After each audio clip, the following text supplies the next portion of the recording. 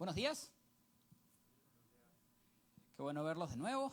Gracias por venir, por acompañarnos para orar al Señor, para compartir un tiempo juntos y para estudiar, para escuchar lo que la palabra de Dios tiene que decirnos. El día de hoy vamos a continuar con nuestra serie de Éxodo, que ya viene avanzando, ha tomado tiempo. Para darles una idea de dónde estamos, hoy día vamos a ver los capítulos, final capítulo 20, capítulos 21, 22, comienzo del de 23. Éxodo tiene 40 capítulos, así que para que se hagan una idea de cuánto va a durar esto. Y bueno, la semana pasada tuvimos a Matías, que está aquí hablando sobre los 10 mandamientos, ¿verdad? Aspecto esencial de la ley moral de Dios. Y a mí me toca cubrir lo que le sigue a la parte del capítulo 20 que cubrió Matías, y luego los capítulos 21, 22 y el comienzo del capítulo 23 de Éxodo. A pesar de que no vamos a pasar mucho tiempo hoy revisando lo que esos capítulos dicen, y ahora van a entender por qué. Cosa curiosa, yo no iba a predicar hoy, yo no estaba programado para predicar hoy, estaba programada para predicar otra persona. Mi papá, y me pidió él muy amablemente que yo me encargue, porque él originalmente iba a tener una operación del hombro. Él tiene problemas en el hombro hace tiempo, nada grave, nada urgente, pero ya tenía combinado, pero al final lo pasaron, se iba a operar ayer, entonces no iba a estar obviamente disponible hoy, y al final lo pasaron para el miércoles. Pero hoy día se ha despertado mal de la espalda, y no hubiera podido predicar de cualquier manera, así que el Señor actúa en formas misteriosas. Dicho sea de paso, creo que también es parte de los caminos misteriosos del Señor que me haya tocado esta prédica a mí, porque esta es una prédica muy legal, muy de abogado, y yo soy abogado de profesión. ¿Quiénes son abogados aquí? ¿Quiénes son abogados, estudiantes de derecho? Sin vergüenza. Yo sé que está maltratada nuestra profesión. Solo uno. No importa, que Dios te bendiga, Mary. ¿De qué tratan el final de Éxodo 20, Éxodo 21, Éxodo 22 y Éxodo 23? Bueno, para darles una idea, volver un poquito y hacer un pequeño repaso de donde hemos estado, ¿no? Hablamos de que Matías había hablado de los 10 mandamientos la semana pasada, pero lo que hemos visto en las últimas semanas, a lo largo de toda la serie, es: Dios libera al pueblo de Israel. Vemos la manera en que Dios libera al pueblo de Israel. El pueblo de Israel sale de Egipto. El pueblo de Israel toma, ¿se acuerdan de ese mapita? No lo tengo hoy, de julio, donde el pueblo de Israel no toma la ruta más corta, más obvia, la tierra prometida, sino que va por este camino largo que va hacia el sur, ¿verdad? En el camino se encuentran con los amalecitas, y estamos en la parte donde el pueblo de Israel llega al monte Sinaí. Moisés asciende al monte y ahí Dios le da la ley, y ahí es donde entra la prédica de Matías de la semana pasada. Pero si bien aquellos que quizás han ido a la escuela dominical, han crecido en la iglesia o han visto muchas veces la película de los 10 mandamientos, tienen esta idea de que eso es lo que ocurre, ¿no? Dios le da a Moisés los 10 mandamientos y él desciende. Si leen Éxodo se van a dar cuenta que eso no es exactamente lo que pasa. Dios le da mucho más a Moisés que los 10 mandamientos. Le da muchísimas instrucciones y le dicta una ley bastante más extensa que esa. Y eso es lo que cubren Éxodo 21, 22, comienzo del 23. En una serie de dictados que van a componerse luego con lo que encontramos en Levítico y en otras partes del Pentateuco, los primeros 5 libros de la Biblia. Penta, 5, Teuco. Libros son lo que consiste la base de la llamada ley judía, la ley mosaica, ¿no? Si ustedes ven algunos pasajes, van a caer probablemente en perplejidad, como ha caído en perplejidad la mayor parte de la iglesia cristiana al revisar estos pasajes, ¿no? Éxodo 22, 6, por ejemplo, dice: si se prende fuego en pasto seco y el fuego se propaga y quema algún trigal o el trigo ya apilado o algún campo sembrado, el que haya comenzado el fuego deberá reparar el daño. Para los abogados esto suena muy lógico, ¿no? Suena al Código Civil, el Código Penal, ¿no? Pero para el creyente, tratando de buscar una aplicación a su vida concreta, es un poquito de perplejidad y confusión, ¿no? Éxodo 21, 18, 19 todavía es más confuso, ¿no? Éxodo 21, 18, 19 dice: si en una riña alguien golpea a otro con una piedra o con el puño y el herido no muere, pero se ve obligado a guardar cama, el agresor deberá indemnizar al herido por daños y perjuicios. Sin embargo, quedará libre de culpa si el herido se levanta y puede caminar por sí mismo o con la ayuda de un bastón. Entonces, derecho de daños bíblicos, ¿no? ¿Qué tienen que ver estas normas con nosotros? Lo primero que tenemos que hacer es entender la diferencia entre los dos pactos. ¿no es cierto? El pacto abrámico, el pacto a través del cual Dios pacta con Israel y le da su ley. Esta es la ley que le da. Y el pacto bajo el que estamos nosotros los creyentes, que es el pacto de Cristo, es el pacto de la cruz, es el pacto de la redención a través del Señor Jesucristo. ¿Cómo funciona el pacto que Dios hizo con el pueblo de Israel? Bueno, si leemos la Biblia sabemos que Dios hizo un pacto primero ¿con quién? Con Abraham, ¿verdad? Y ese pacto va a seguir a lo largo de sus descendientes. Dios va a ser fiel a ese pacto. Ese pacto básicamente dice que Dios escoge al pueblo de Israel. Lo escoge para tener una relación con él y para que éste sea su pueblo. ¿Por qué lo escoge? ¿Porque el pueblo de Israel es especial? No, la Biblia es muy explícita diciendo que es por gracia. Al igual que con nosotros. Somos salvos por su gracia, no porque hayamos hecho nada especial. El pueblo de Israel tampoco hizo nada especial. Por su gracia Dios lo eligió.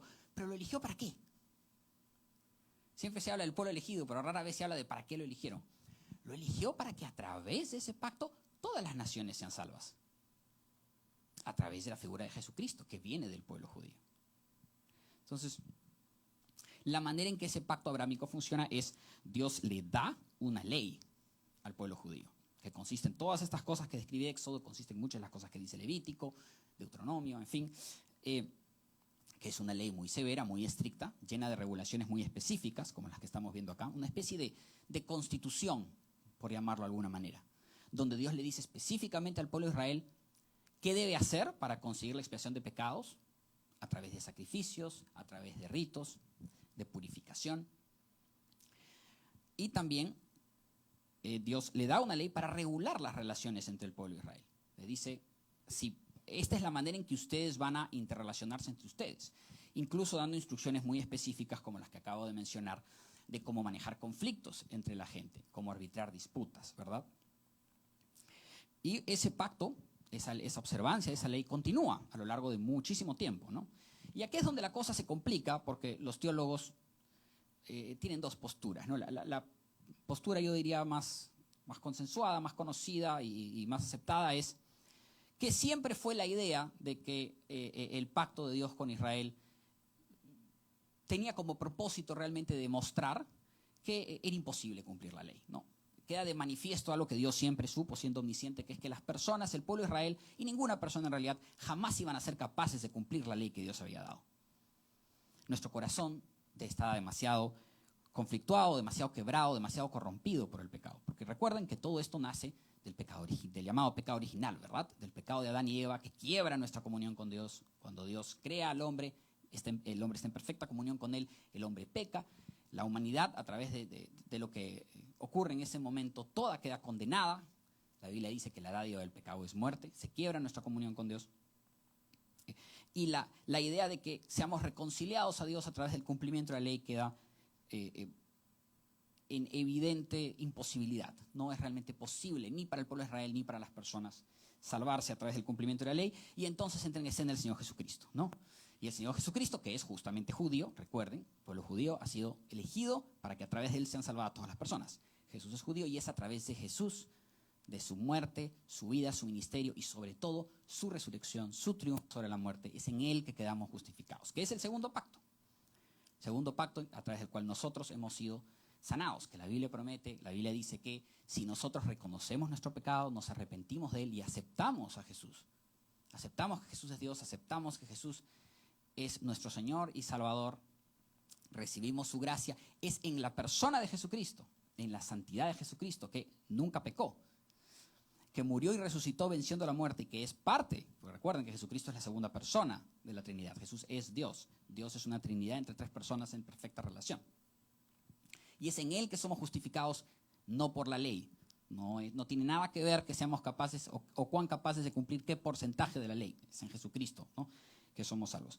Y bueno, la segunda teoría es que Israel se le dio el recado de predicar a todas las naciones, ¿no? De que Israel recibe el encargo de predicar a todas las naciones para convertirlas a todas y que al Israel fracasar también en ese encargo, Jesús toma el trabajo por sí mismo. En fin, eso ya es un tema de teólogos, pero ambos terminan en lo mismo. Queda de manifiesto la incapacidad del ser humano para cumplir la ley y la necesidad es hecha manifiesta de que sea Dios mismo el que nos rescate, ¿no? Hay paralelos muy interesantes ahí, ¿no? ¿Qué es lo que vemos que ocurre en Éxodo? En Éxodo lo que vemos es que Dios libera a Israel. La Biblia es bien explícita en decir que fue Dios el que liberó a Israel. Los israelitas no hicieron nada, todo lo hizo Dios. Dios envió las plagas, Dios eligió al profeta, lo envió. Dios saca a Israel, le dice a dónde tiene que ir de forma muy específica, lo protege de los ataques de Faraón, luego lo protege de los enemigos. Toda la chamba la hace Dios. De la misma manera que en nuestra salvación, todas las chambas las hace Jesucristo. Nosotros no nos ganamos nada, no hay mérito alguno. Y luego de que Dios salve a Israel, Israel recibe la ley de Dios. De la misma manera en que luego que somos salvados, luego que Jesucristo hace su obra redentora, nosotros recibimos la revelación de Dios en la palabra. La Biblia viene después de la resurrección de Jesucristo. Y en Pentecostés recibimos al Espíritu Santo, ¿verdad? Paralelos. Pero bueno, volviendo al tema. Una vez que sabemos que somos salvos en Jesús, en la persona de Cristo, una vez que la Biblia nos dice en Romanos 3, 27, 28, ¿no? ¿Dónde está pues la jactancia? ¿Queda excluida por cuál principio? ¿Por el de la observancia de la ley? No, sino por el de la fe, porque sostenemos que todos somos justificados por la fe y no por las obras que la ley exige. Entonces, cuando leemos estos textos y tenemos seguridad en nuestra salvación en la persona de Cristo, ¿dónde queda la ley? ¿Podemos desechar la ley? ¿Nos olvidamos de la ley? ¿Está la ley en la Biblia simplemente para referencia histórica? ¿Para satisfacer nuestra curiosidad académica de cómo funcionaba la comunión con Dios en tiempos antiguos? Pues no, ese no es el único propósito de la ley. Tenemos la necesidad de estudiar la ley, de escudriñar la ley, porque la ley se sigue aplicando en cierta forma a nuestras vidas y lo clave es encontrar cómo, ¿no? Y los cristianos hemos estudiado este tema por muchísimo tiempo. Uno de los padres de la iglesia que primero mencionó este tema de la ley y de la vigencia de la ley en nuestro tiempo fue Tertuliano. Tertuliano, de quien quizás han escuchado hablar, es uno de los padres más importantes del siglo II. Tertuliano fue la primera persona que usó el término Trinidad. Nadie lo usó antes que él. Tertuliano fue la primera persona en usar las expresiones Nuevo Testamento y Antiguo Testamento. Él se inventó la idea, por así decirlo, de dividir la Biblia en dos. Y es una tradición que ha quedado. Y Tertuliano mencionó que la ley de Dios realmente está dividida en dos componentes. Lo que él llamó la ley primordial o la ley natural, la ley que emana de la naturaleza de Dios, y lo que él llamó la ley sacerdotal o levítica, que básicamente son las regulaciones que los levitas y los sacerdotes tenían que seguir en su ministerio, ¿no? Y que debíamos mantenerlo primero y desecharlo segundo, ¿no? Unos 200, 300 años después realmente aparece otra figura, una figura muy importante, quizás el pensador cristiano más influyente de tiempos postbíblicos, San Agustín, Agustín de Hipona. Y Agustín, que obviamente escribe sobre muchos temas, entre los muchos temas que escribe también sobre este tema de las distinciones en la ley. Y menciona que la ley en realidad, haciendo eco de lo que había dicho Tertuliano 300 años antes, tiene preceptos morales que son mandatorios para nosotros, ¿no? No matarás, por ejemplo. Es un precepto moral que habla de la naturaleza, de lo que es bueno y malo, porque emana del carácter de Dios. Y eso es algo que tenemos que seguir. Pero también tiene preceptos simbólicos, ¿no? Y él menciona como ejemplo, por ejemplo, se dice que todo varón debe ser circuncidado al 8º día. Eso es un precepto simbólico que busca hacer eco del pacto antiguo con Dios y que eso lo podemos dejar de lado, ¿no? Pasa el tiempo y en el siglo XIII tenemos a Tomás de Aquino. Tomás de Aquino, otro de los pensadores más importantes del cristianismo, divide la ley ya no en dos, sino en tres. Y dice que tenemos una ley moral. ¿Cuál es la ley moral? Es la que deriva de la naturaleza de Dios, del carácter de Dios, y que sigue siendo obligatoria y mandatoria porque nos habla de quién es Dios y qué Dios espera de nosotros. Una ley ceremonial, que se refiere básicamente a las regulaciones aplicables al pueblo judío con respecto a cómo ellos tenían comunión con Dios, temas más formales, ¿no? Cuando la Biblia habla en Levítico, por ejemplo, de cómo se debe realizar un sacrificio, y que son cosas que podemos dejar de lado porque han sido dadas en un momento específico. Y la ley civil o judicial, que básicamente es la ley que Dios dio para que el pueblo de Israel se administre. Y finalmente, y en el siglo XVI, tenemos a Juan Calvino, de quien espero hayan escuchado alguna vez, ¿no? Juan Calvino es el padre, de alguna manera, o una de las figuras más importantes del movimiento reformado. Del movimiento reformado viene el Evangelio de la Gracia, y del Evangelio de la Gracia estamos nosotros ya como congregación local aquí, ¿no? Si ustedes entran a nuestro website, va a decir que es una iglesia centrada ¿en qué? En el Evangelio de la Gracia, ¿no? Porque somos una iglesia que sigue ese corte. Entonces, Juan Calvino básicamente ratifica en las instituciones de la religión cristiana lo que dice Tomás de Aquino y hace esta misma división. Entonces, y desde entonces creo que hay un consenso generalizado. Así es como los cristianos entendemos la ley. Entonces hay una ley moral, una ley ceremonial y una ley civil o judicial en la ley. Pero eso no quiere decir que cuando abramos una Biblia, estas cosas estén así, nítidas. Del versículo 19 al 36 es la moral, del 37 al 41 es la judicial y en el siguiente capítulo está la ceremonial. No. Es más, para el pueblo de Israel, esta distinción que estamos haciendo no existía. No va a existir hasta mucho tiempo después. ¿Por qué? Porque estamos hablando de un pueblo que está en una teocracia ligada completamente a Dios, donde Dios lo gobierna directamente, ¿no?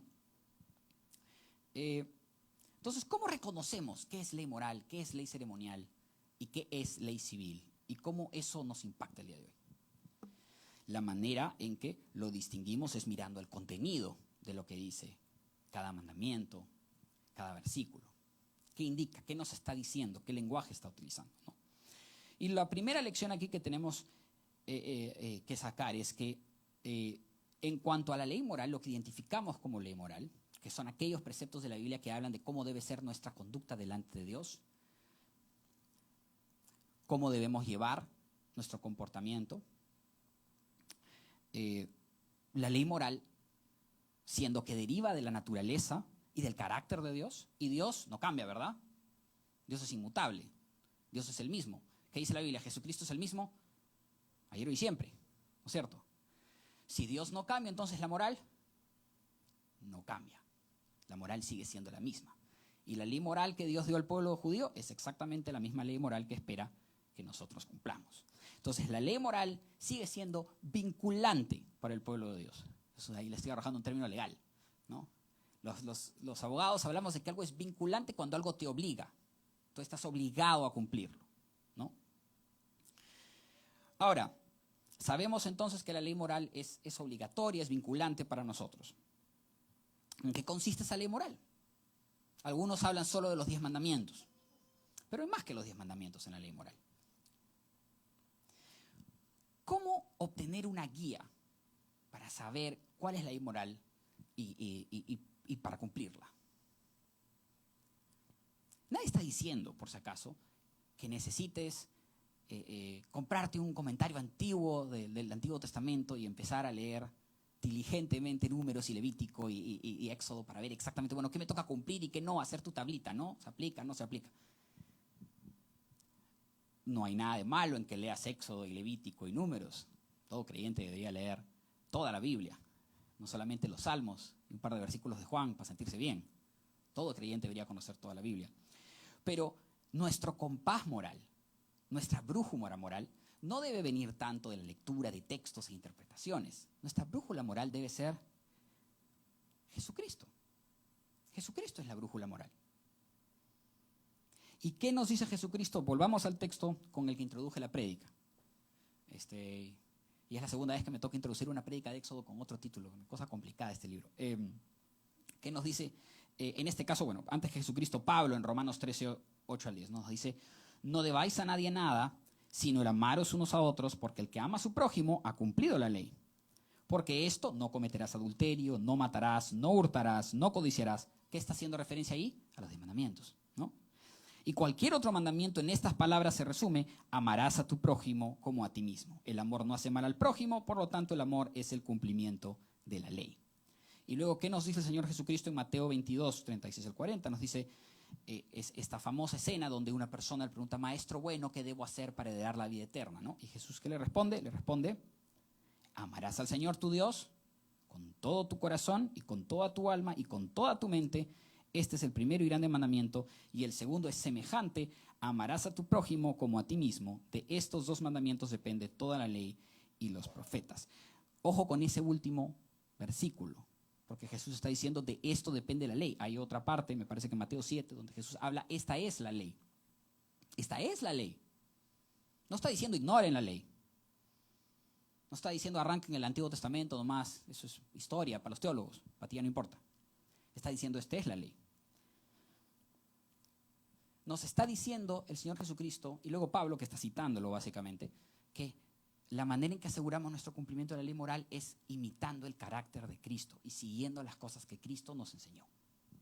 Esa es la manera de seguir la ley moral de Dios. Entonces, ya sabemos que hay una ley moral, ya sabemos que tenemos que cumplirla, ya sabemos cómo es que interpretamos cuál es nuestra ley moral, ¿verdad? Sigue la ley ceremonial. ¿Qué hacemos con la ley ceremonial? La ley ceremonial, vamos a usar otra palabra, abogados, ha quedado derogada. Ha quedado derogada en la persona de Cristo. ¿Por qué? Porque la ley ceremonial fue dada al pueblo de Israel. Y ni siquiera fue dada al pueblo de Israel para siempre. Fue dada al pueblo de Israel para un momento específico, en un contexto específico. Entonces, todas las regulaciones específicas que se le dio al pueblo de Israel con respecto a los sacerdotes tienen que vestirse solamente de lino. Cuando vayas a dar un sacrificio tienes que llevar un cordero. Si no tienes un cordero, para personas pobres debes comprar 2 tórtolas. Todas estas normas han quedado derogadas. ¿Y por qué han quedado derogadas en la persona de Cristo? Porque todas estas normas existían para regular el acceso a la presencia de Dios. Son mecanismos que de alguna manera protegen también a la presencia, a la persona, de la presencia de Dios. Porque la presencia de Dios para el pecador es incandescente, no puede ser resistida. ¿Por qué ya no necesitamos esas ceremonias? Porque tenemos a Cristo. Porque aquellos que hemos depositado nuestra confianza en Cristo, cuando oramos al Padre, cuando buscamos entrar a la presencia de Dios, siendo creyentes, habiendo puesto nuestra confianza en Cristo, estamos básicamente sobre sus hombros. Él está justificado y nosotros estamos justificados en Él. Entonces ya no necesitamos todas estas ceremonias. Por eso ya no hacemos sacrificios. ¿Cómo funciona la ley para los sacrificios? La Biblia dice que tú ofreces sacrificios para obtener el perdón de pecados en el Antiguo Testamento.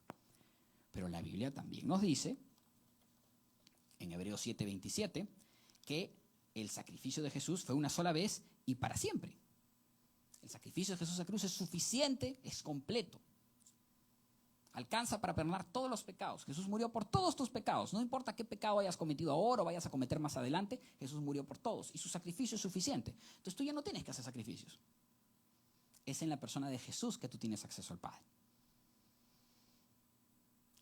Ahora, ¿significa esto que podemos olvidarnos de la ley ceremonial? Creo que tenemos que... Obviamente los protocolos, los rituales en sí ya no tienen relevancia, pero tenemos que recordar los principios. Los principios que hay que subyacen de alguna manera a la ley ceremonial, ¿no? ¿Qué nos están diciendo? Que hay que preparar al corazón para entrar en la presencia de Dios. Que entrar en la presencia de Dios, orar a Dios, meditar en su palabra, no son cosas triviales que podemos hacer a la ligera.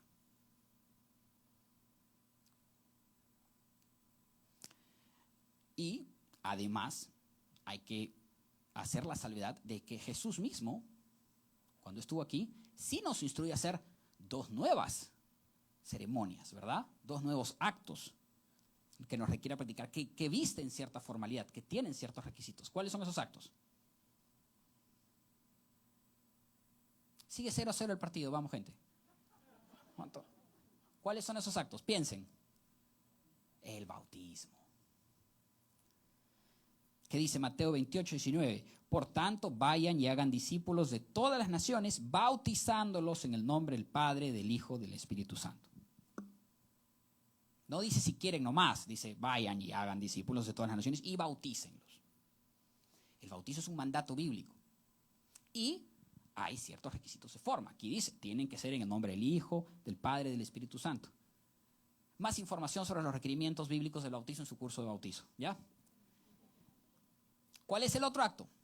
Acaban de anunciarlo aquí para el próximo domingo. La cena del Señor. En 1 Corintios 11, 23, 26, Pablo dice, porque yo recibí del Señor lo que también os he enseñado a ustedes, que el Señor Jesús, la noche que fue entregado, tomó pan y habiendo dado gracias, lo partió y dijo, tomad, comed, esto es mi cuerpo que por vosotros es partido, haced esto en memoria de mí. Asimismo también Tomó también la copa después de haber cenado, diciendo: esta copa es el nuevo pacto en mi sangre, haced esto todas veces que la bebiereis en memoria de mí. Así pues, todas las veces que comiereis este pan y bebiereis esta copa, la muerte del Señor anunciáis hasta que Él regrese. Creo que hay un significado especial cuando uno cumple estas ceremonias, recordando en esa solemnidad, en esos protocolos que requiere, recordando el privilegio que es tener acceso a Dios. Y recordando el precio de ese acceso, que no lo tuvimos que pagar nosotros, sino que lo pagó el mismo Dios. Entonces tenemos la ley moral, sabemos que tenemos que seguir con la ley moral. Tenemos la ley ceremonial, sabemos que la ley ceremonial no tenemos que cumplirla como creyentes, pero que sí es bueno recordar los principios de la ley ceremonial y que hay ciertos mandatos de Dios que tienen un corte ceremonial que tenemos que nosotros cumplir en este tiempo. Y tenemos la ley civil, la ley judicial de los hebreos, ¿no? Que esta no la tenemos que cumplir. Esta fue una ley dada por Dios específicamente también al pueblo de Israel y en un tiempo y en un contexto específicos. Tampoco significa que va a ser para siempre. Es más, un buen ejemplo es el divorcio, ¿verdad? Si ustedes ven en detalle lo que dice la ley judía, originalmente dice que se le permite al hombre dar carta de repudio a la mujer para divorciarse de ella. Pero luego, ¿qué dice Jesús cuando le preguntan sobre el tema? Dice: por la maldad de su corazón, Dios les permitió. Pero ahora yo les digo, y te sube el umbral, ¿no es cierto? Lo mismo incluye con cosas como la esclavitud. Si ustedes estudian el tema de la esclavitud en el Antiguo Testamento en detalle, van a notar dos cosas. Van a notar, número uno, que los judíos le ponían un límite a toda esclavitud, todo tipo de servidumbre. El máximo era 7 años. A los 7 años había una redención total. En eso eran radicalmente diferentes de los otros pueblos de la antigüedad, donde la esclavitud podía ser eterna. Ahora no hay esclavitud, y nosotros todos creemos que es el espíritu de la Biblia, que no hay esclavitud, que una persona no esté sujeta a la voluntad de otra, ¿verdad? ¿Por qué? Porque en la ley judía, en la ley civil, la ley judicial, lo que Dios está haciendo es regular, otra palabra legal, ¿no? Más que mandar, está regulando, está conteniendo los excesos del pecado del hombre. Está diciéndoles, bueno, no están listos para hacer lo que realmente es santo, lo que realmente es bueno, pero por lo menos hagan esto. Y también da otros mandatos que son típicos de una sociedad como la sociedad de Israel en este tiempo, ¿verdad? Una sociedad nómade que está transitando hacia la tierra prometida y que es principalmente agraria, por eso, y ganadera. Por eso vemos tantas referencias a animales, al campo, ¿verdad? Que no son aplicables a nosotros, cristianos del siglo XXI que vivimos en la ciudad. Dudo mucho que alguno de ustedes viva del campo, no es lo usual, quizás alguno. Pero en nuestro tiempo, con las tecnologías que tenemos hoy, la infraestructura que hay hoy, muchas de esas normas igual no tendrían mucho sentido, mucha aplicación práctica. Ahora, el hecho de que no estemos sujetos a la ley civil o judicial de Israel no significa que no estemos sujetos a una ley civil o judicial. ¿Qué dijo Jesús cuando le vinieron a hablar de los impuestos a Roma? Dada al César lo que es del César, ¿no? ¿Qué dice Romanos? ¿Qué dice el libro de Romanos sobre respetar a las autoridades? Sujétese toda persona a las autoridades superiores, porque las que hay, por Dios han sido establecidas. Entonces, sí estamos sujetos a una ley civil, sí estamos sujetos a una ley judicial, la nuestra, la de la autoridad legítima en el lugar donde estamos. En nuestro caso es el Perú. Si vamos de visita a otro país, tenemos que seguir las leyes de ese país. Es un mandato bíblico. Debemos estar sujetos a las regulaciones de la autoridad legítima. Debemos orar por la autoridad si no estamos de acuerdo con lo que hace. Debemos orar siempre, pero si no estamos de acuerdo, podemos orar también para que Dios dé sabiduría y para que esta persona corrija el rumbo. Podemos expresar desacuerdo con lo que hace la autoridad. Podemos votar para que venga otra autoridad que la reemplace. Podemos incluso estar de acuerdo en que la persona debería ser destituida en diferentes escenarios, pero con sujeción a la ley. ¿Cuándo podemos desobedecer la ley civil? Es una pregunta peligrosa. Nuevamente, el mejor ejemplo de cuándo corresponde resistir a la ley civil nos lo da ¿quién? El mismo Jesucristo. Que cuando está ante Pilatos, ¿a qué se resiste? Jesús no va a decir que César es el Kyrios, ¿verdad? El término griego que se utilizaba para decir al Señor. Él afirma su propia divinidad, porque no va a mentir. Y tampoco va a darle la gloria a alguien que no sea Dios. Ese es un ejemplo, por ejemplo, de cuándo hay que resistir la ley civil. Ha habido a lo largo de la historia pueblos, quizás hoy ya no es común, que exigen alabanza y exigen que se pertenezca a una religión determinada y que se declaren cosas determinadas, y ahí los cristianos han ido al martirio por resistirlo y han desobedecido la ley civil, pero porque hay una ley moral superior a la cual debemos más obediencia. Pero fuera de esas circunstancias, hay que seguir la ley civil, hay que pagar impuestos, hay que usar la mascarilla aunque no nos guste, hay que tratar bien a los empleados, pagarles sus beneficios laborales aunque nos parezcan excesivos, si es que ese es el caso, ¿no? Hay que no pasarse la luz roja, y cuando nos equivocamos y un policía nos pone una multa, hay que pagar la multa. No porque sean las leyes del país. Te puede no gustar el país, te puede parecer no muy desarrollado, no muy justo, no muy limpio. Obedece porque Dios te está diciendo que obedezcas. Entonces, ley moral, ley ceremonial, ley civil. Pero ¿cuál es el propósito de la ley?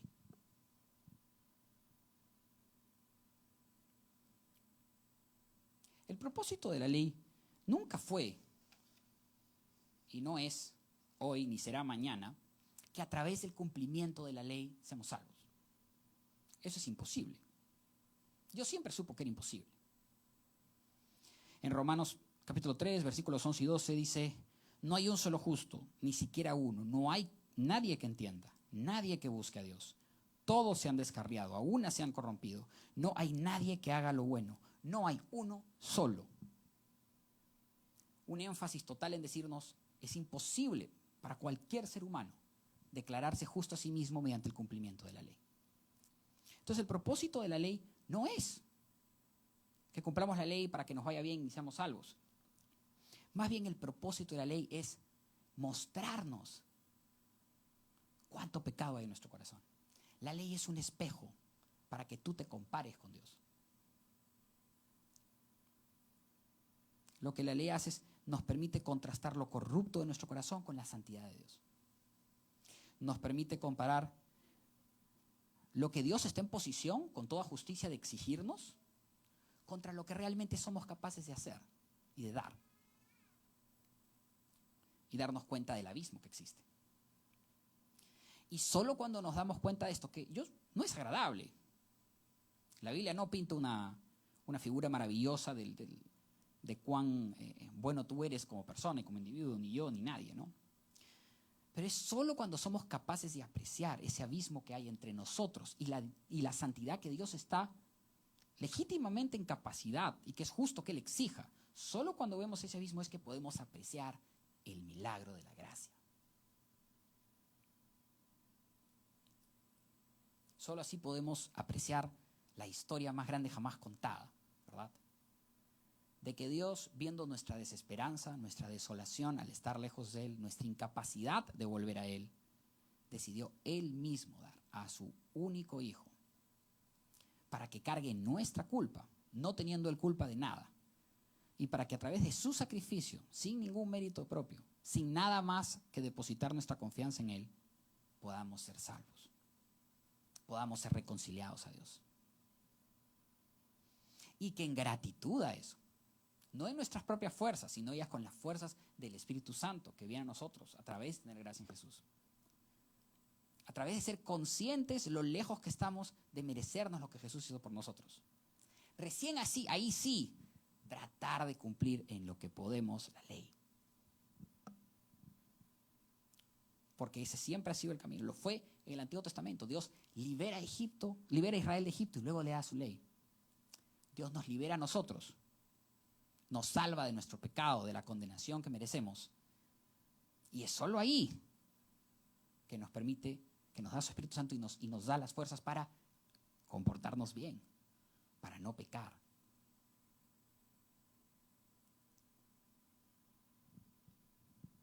Vamos a orar.